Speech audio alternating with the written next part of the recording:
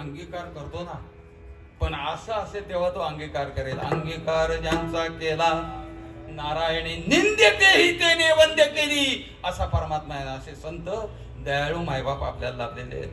अशा प्रकारे साधू संत मायबाप जे का दयेचे सागर, भावाचे मुख्य स्थान भक्ती चेते माहेर, तिही केले कृपादान मस्तकी ठेविला कर, माया मोह निरसदी शुद्ध झाले कदेवर, तुम्ही संत माय बाप एवढा उपकार करा. शुद्ध झाले कदेवर म्हणजे शरीर. हे शरीर जे आहे ते अशा प्रकारचं आहे, नाशिवंत. नाशिवंत आहे. नाशिवंत म्हणजे इतकं नाशिवंत आहे, याला तुम्ही हमाम रेक्सोमा कोणताही लाईफ बॉय कोणते भारीतले साबण लावा तरी याची दुर्गंधी जात नाही. थोडस पाणी टाकून असं घासलं आपला स्वतःला वास घेता येणार, इतकं भयान आहे. म्हणून आपल्याला पेटवावं लागतंय. विठ्ठल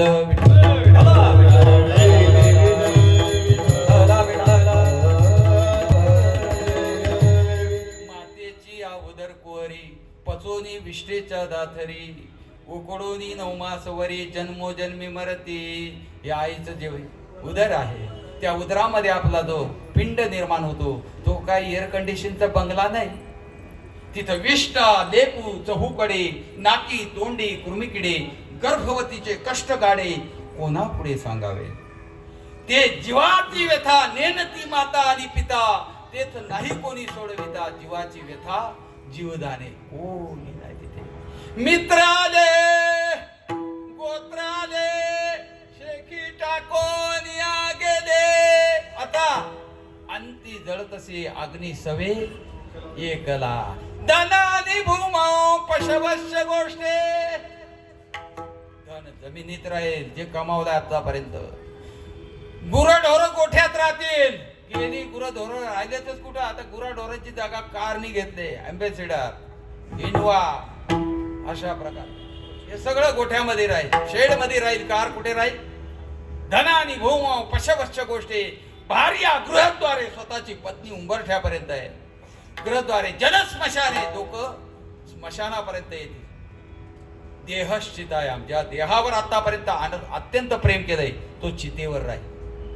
परलोक मार्गे कर्मानु गो गच्छति जीव एका. परलोक मार्गाचं अनुगमन करताना जीवाला एकट्याला जावं लागत नाही, कर्म घेऊन जातो. आगा कर्मे दै पुरावे दैतेही सुख दुःखी फळावे, ज्ञानोबा म्हणतात 9व्या अध्यायामध्ये. फक्त कर्म घेऊन जावं लागते महाराज. कर्म असं बलवत्तर आहे. कर्मानुबंधेनी मनुष्य लोके, कर्म अवश्यम भावी भावानां प्रतिकारो भवेद्यदि तदा दुःखैर्न लिप्पेरन. नल राम युधिष्ठिरा, कर्म नल राजाला चुकलं नाही. ऐका, कर्म युधिष्ठिराला चुकलं नाही, कर्म दशरथाला चुकलं नाही, कर्म युधिष्ठिराला चुकलं नाही, कर्म रामाला चुकलं नाही. राम भाऊला कस काय चुकल? विठ्ठल विठ्ठल.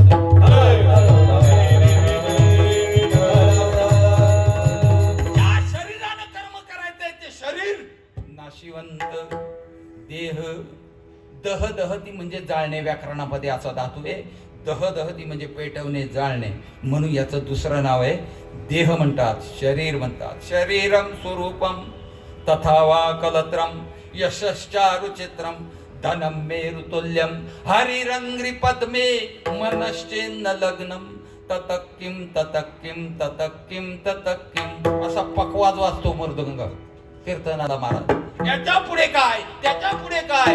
अरे बाबा, ही घटिका कधी जाईल हातातून, कधी संपेल, आपण कधी संपून जाऊ, काही सांगता येत नाही. नाशिवंत देह जाणार सगळं. आयुष्य खातो काळ. एवढं बारीक बारीक बारीक काळानं काय करायला लावले? काळे खादाला हा अवघाचे असा. आणि उत्पत्ती संहार घडामोडी काळाने आपलं आयुष्य क्षीण करायला लावलेले. जोपर्यंत अंतःकरणामध्ये शरीर मजबूत आहे, चांगला आहे, पाय भक्कम आहे, तोपर्यंत आपले पाय तीर्थयात्रेला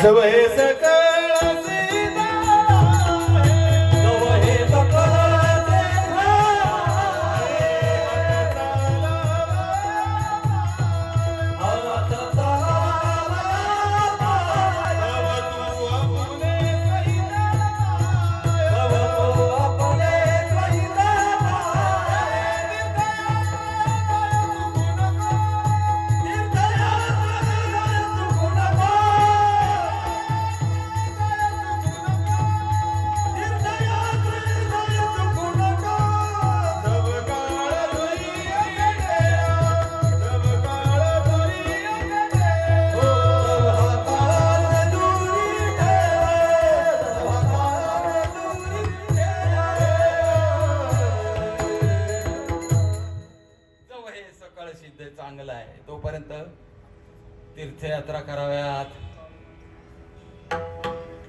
भगवंताचं दर्शन करावं, कृतार्थ व्हावं. मायबाप किती नाशिवंत देह नासील हा दाना इतका नाशिवंत आहे. बर पुढे कबीर महाराज काय म्हणतायत? फार सुंदर वर्णन घे. कबीरा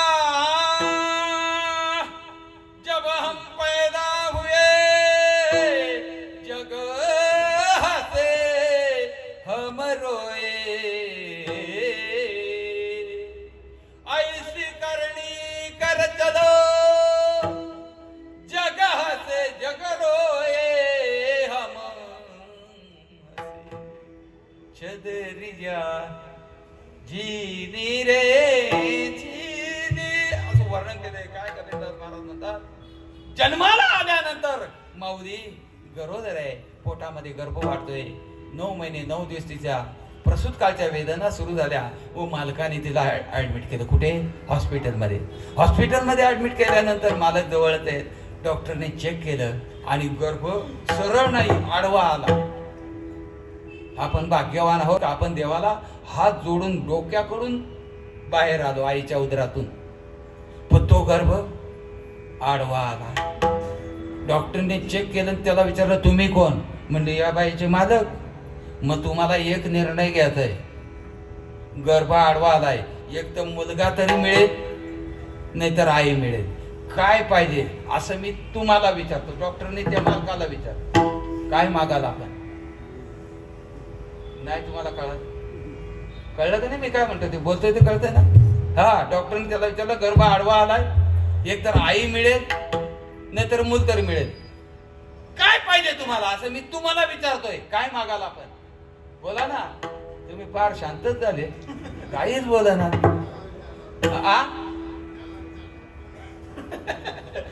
अहो आई मागू ना आपण, मुलगा मागू का? काय म्हणला तो? मुलाचे तुकडे करून काढा बाहेर, पण आईच्या केसालाही धक्का लागता कामा नये असं मागितलं त्याने.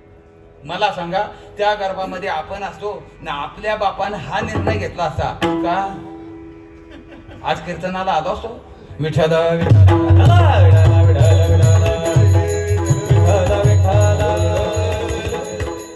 म्हणून एवढ्या करता या शरीराची रचना करताना अशा प्रकारे प्रत्येकाचं लिखित आहे. कोण किती वर्ष जगेल, कोण किती वर्ष, कोणाचा कसा मृत्यू आहे. मायबाप त्याच्याकरता संतांनी आपल्याला ही काय दिले? विचाराची जागृती दिले. विठ्ठल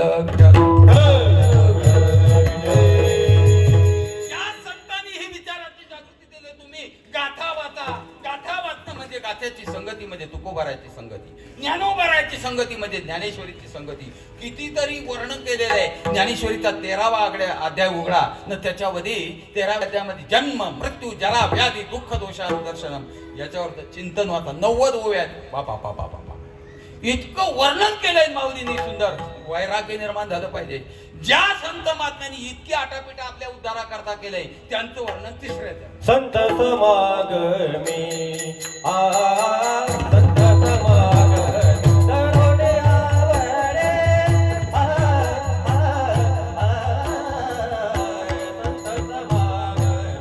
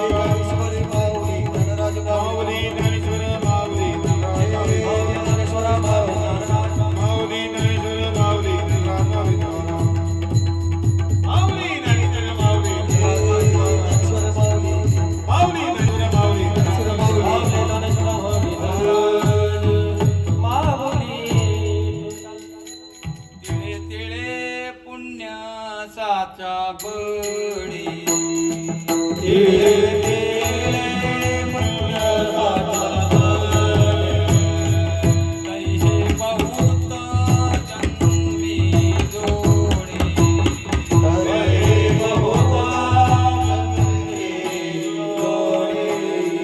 नाम तुझे वाचे सिया थोडे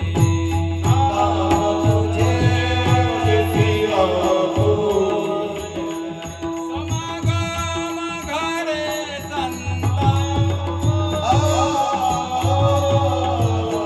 माझे स्वयंक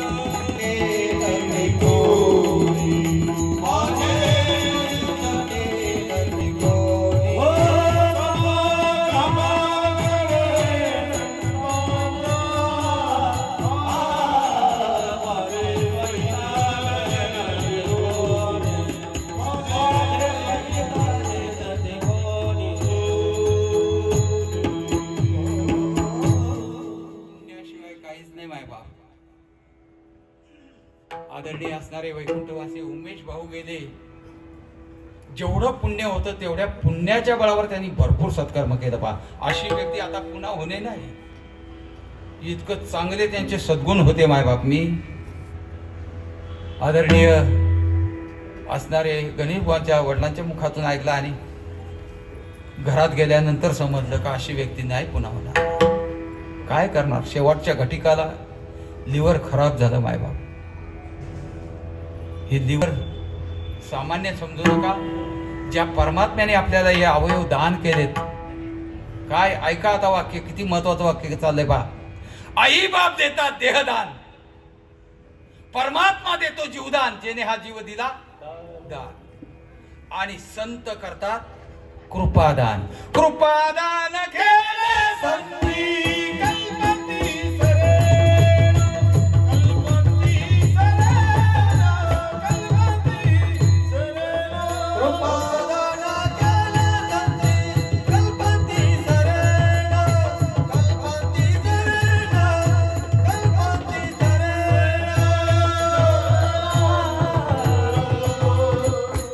संतांनी कृपेचं दान दिलं मायबाप. ही कृपा जी शक्ती आहे ती फक्त देवाजवळ आणि संताजवळ आहे. ऐका,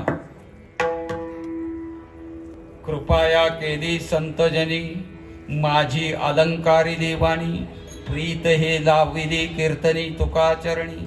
काय कृपा म्हणजे काय? कृपेचं दान दिलं तर नेमकी कृपा म्हणजे कोणाला माहित कृपा म्हणजे काय ते.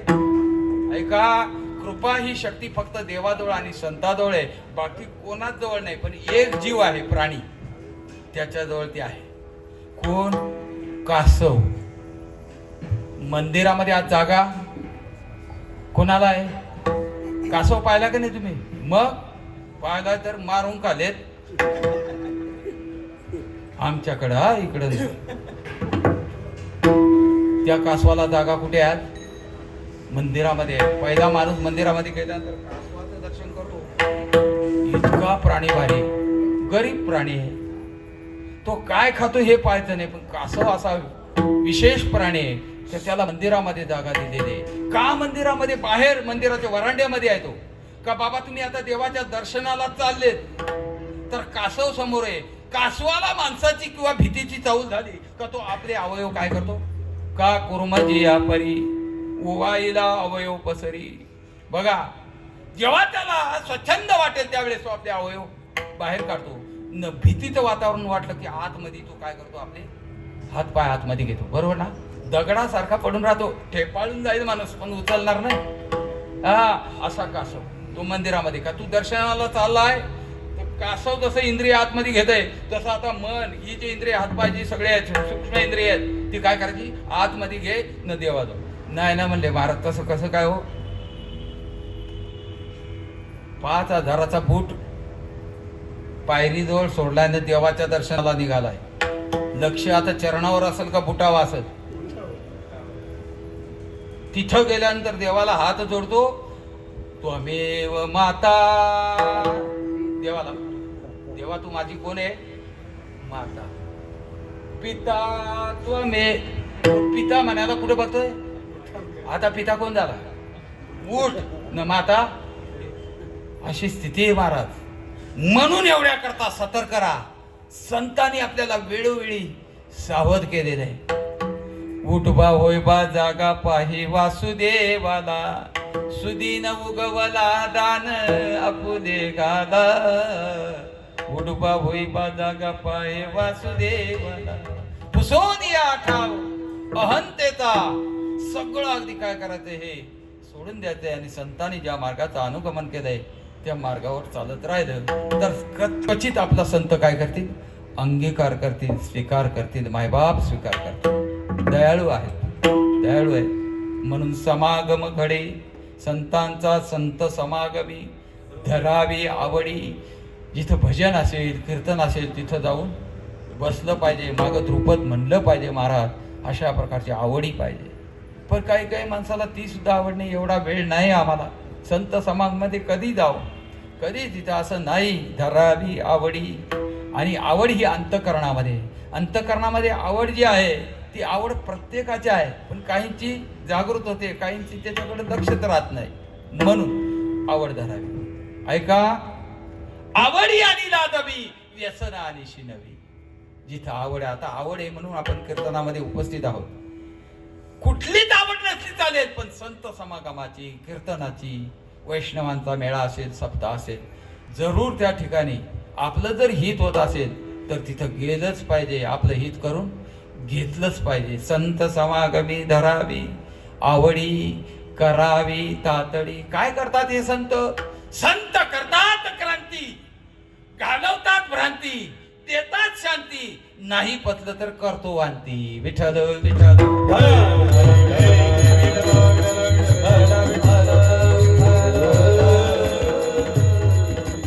हरी भजनी धवळी दे जग, हरी भजनी धवळी दे जग, हरी भजनी धवळी दे जग,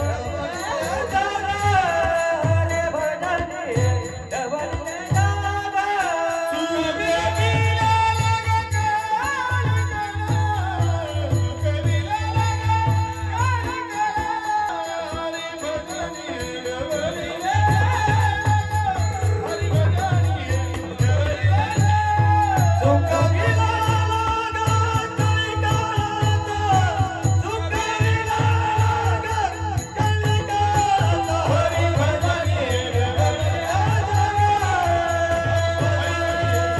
दे जग.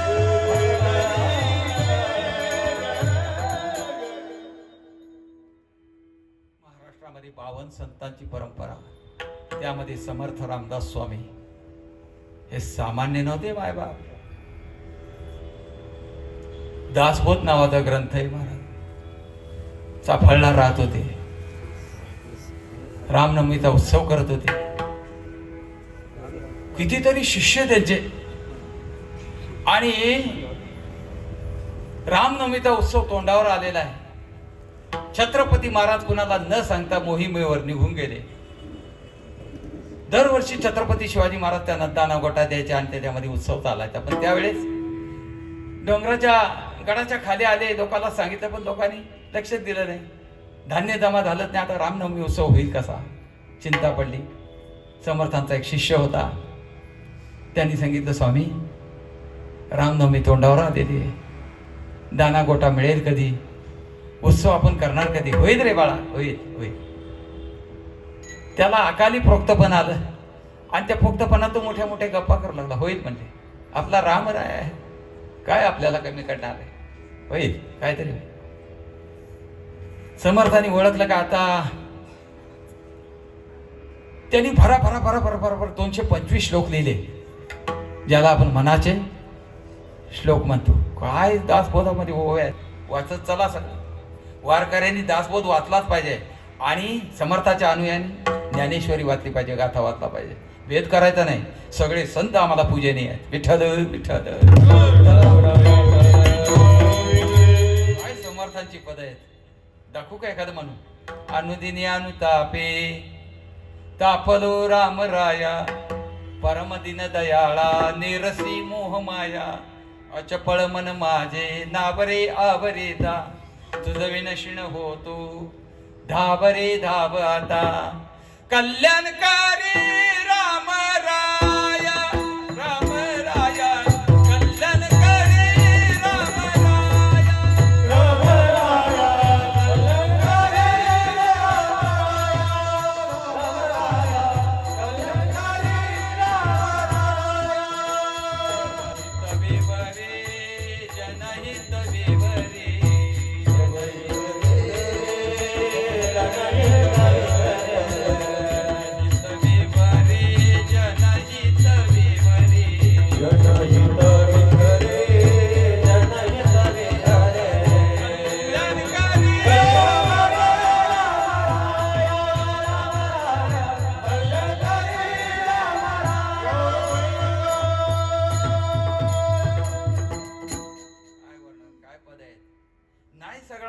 वाचता आला चालेल, पण 2 समास वाचा, 2 अध्याय वाचा. एकामध्ये मुमुक्षु लक्षण सांगितलेलं आहे आणि एकामध्ये मूर्ख लक्षण सांगितलेलं आहे. निदान आपण कुठं बसतो हे तर कळेल. मार्गे खात खात जाय तोची एक मूर्ख, सदा सासूरवाडीशी जाय तोची एक. हे समर्थन दिल्या विठ्ठल.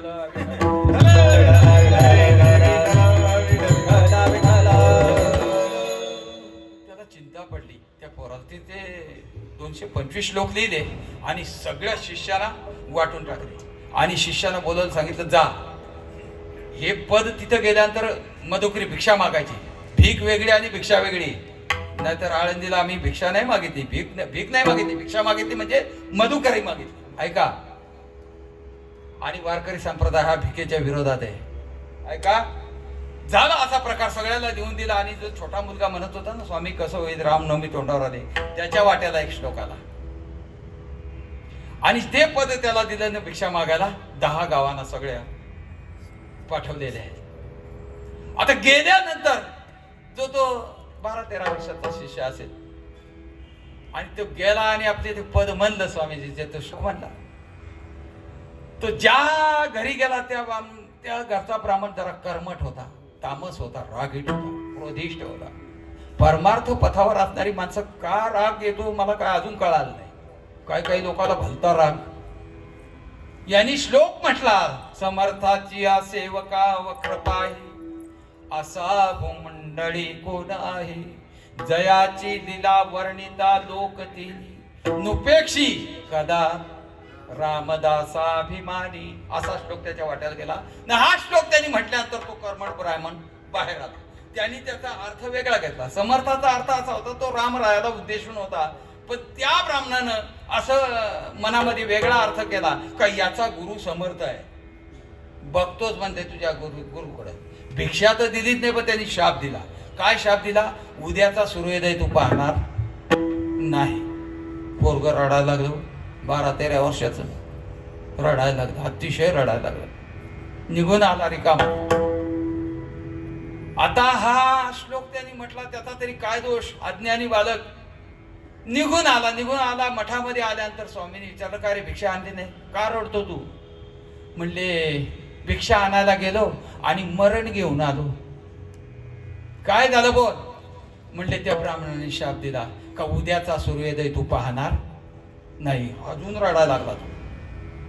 मी तुम्हाला असं विचारतो, पुढच्या वर्षीचा काला तुम्ही खाणार नाही असं जर तुम्ही कोणाला ऐकलं, तुम्हाला शाप दिला एखाद्याने, काय वाटत? तसंच वाटलं त्याला. तो आणखी ओक्साबोक्सी रडायला लागला. स्वामीजींनी त्याची समजूत काढली, बाळा अरे तू मरणार नाही, टेन्शन घेऊ नको, रडू नको, शांत राहा. तोरी रडतोय ते पोरगं. करता दिवसभर स्वामीजींनी त्याची करांगळी धरली आणि सगळं त्याला दिवसभर सगळं फिरवलं. कारण भीतीचं वातावरण झालं, उद्या आपण जगणार नाही.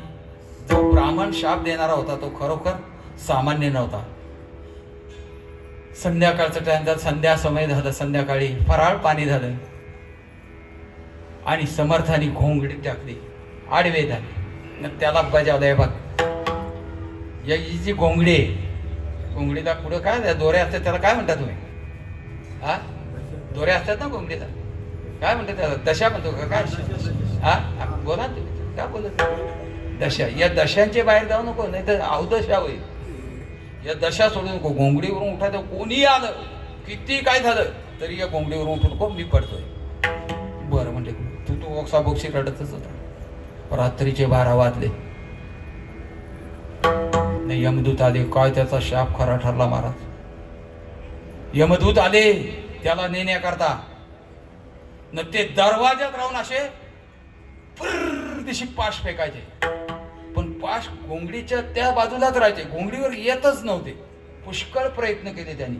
15 मिनिटं हा प्रयोग केला. न हा जो पाच होता त्याला भीतीच होती ना, तर तो नुसता असा पाय दाबत नव्हता समर्थाचे, तो मधून दाराकडे पाहायचा, आलेत का काय झाले. त्यांनी ते पाहिले. निगरगट्ट अशा प्रकारचे यमदूत त्यांनी पाहिले आणि कुलांगार अशा प्रकारचे पाहिल्यानंतर मरणाची पण वेळ असते हो. तेवढी वेळ जर टळली तर तुका म्हणे नाही चालत तातडी, प्राप्त काळ घडी द्यावी. बस ती वेळ निघून गेली. त्यांनी पुष्कळ प्रयत्न केले, हातास झाले, निराश झाले आणि निघून गेले. मग मात्र यो बेडर झाला का आता यांच्या आपल्याला पाश काही करू शकत नाही. वाच तो पाय चुरत चुरत चुरत चुरत त्याला लागली झोप, डोळा लागला. पहाटेचा पहिला प्रहर 3 वाजले आणि स्वामी या अंगावरून त्या अंगावर व्हायला गेले का त्याचं डोकं स्वामीच्या पायाला लागलं. तो पण उठला, दोघे उठले. स्वामी उठून बसले आणि विचारलं, काय रे बाळू, तू अजून मेला नाही? हा, तू तर जिवंत आहे. हो ना स्वामी, तुमच्या कृपाने गुरुदेवा, तुमच्या कृपेने मी जिवंत आहे. मग कोणी तुला घ्यायला आलते का नाही? तर मग आले होते, निगरगट्टा आले होते, यमदूत आले होते न तिथून ते पाश फेकायचे, पण गोंगडीवर येतच नव्हते. काय गोंगडीची कमाल आहे, गोंगडीवर येतच नव्हते. म्हणजे गुरुदेवा वाचलो मी. दिवस उजाडला, सकाळच्या अंगावर अष्टमी सगळं आवरलं आणि बरोबर भिक्षेचा टाइम झाला आणि त्याला बोलवलं, जा बाबा. त्याच घरी तो पुन्हा भिक्षेला जाता. तो पुन्हा पोरगा रडायला लागला. म्हणले, स्वामी तुमच्या पाया पडतो मी, मी तिथं जाणार नाही. मी काल त्यांनी दुसरा दिवस दिला होता, पण आज मला पाहिल्यानंतर तो जाग्यावर भस्म करून टाकील. मला तुम्ही तिथं पाठवू नका. मी 10 गावानं भिक्षा मागेन, पण मला तिथं नाही म्हणले. माझी आज्ञा आहे, गुरु आज्ञा आहे. तिथंच जायचा, तो श्लोक मानायचा, तीच भिक्षा मागायची. जा म्हणले. दिला काढून 15-20 पावलं पुढे गेला आणि पुन्हा माघारी आला. माघारी आला. म्हणजे का रे, का आला? काय नाही म्हणले, गुरुदेवा फाशीची शिक्षा जरी झाली असेल तर त्याला एखादा चान्स असतोय ना, तुझी आखरी इच्छा काय, तेवढी माझ्यावर दया करा. काही एवढा श्लोक तरी बदलून द्या. या श्लोकाने माझं एवढं डोकं चक्रावलंय, एवढा श्लोक बदलून द्या. म्हणले, श्लोक सुद्धा तोच, तेच म्हणावं लागलं. नीट काढून दिला. पुन्हा गेला 15 पावलं 20 पावलं, पुन्हा माघारी आला. आता का आला? आता म्हणले, गुरुदेवा माझी एकच इच्छा आहे, मी तिथंच भिक्षा मागतो, तो श्लोक म्हणतो, सगळं करतो, काय माझ्या जीवाचं देहाचं वाटोळं व्हायचं ते हो, पण एक काम करा. आता काय, शेवटची इच्छा पुरी करा. म्हणले, काय? तेवढी गोंगडी द्या. दृष्टांत संपला. जादू घोंगडीची होती, कमाल कोणाची होती? घोंगडीची नाही बाईबाप, घोंगडीची कमाल नाही. घोंगडीवर विराजमान झालेले समर्थांची कृपा होती ती. महाराज एवढं संत समागमाचं कौतुक आहे. संत समागमी धरावी आवडी, करावी तातडी परमार्थाची. तुकोबाराय म्हणतात, या लोकांमध्ये याप्रमाणे आम्ही वागतो. कशाप्रमाणे? शेवटचं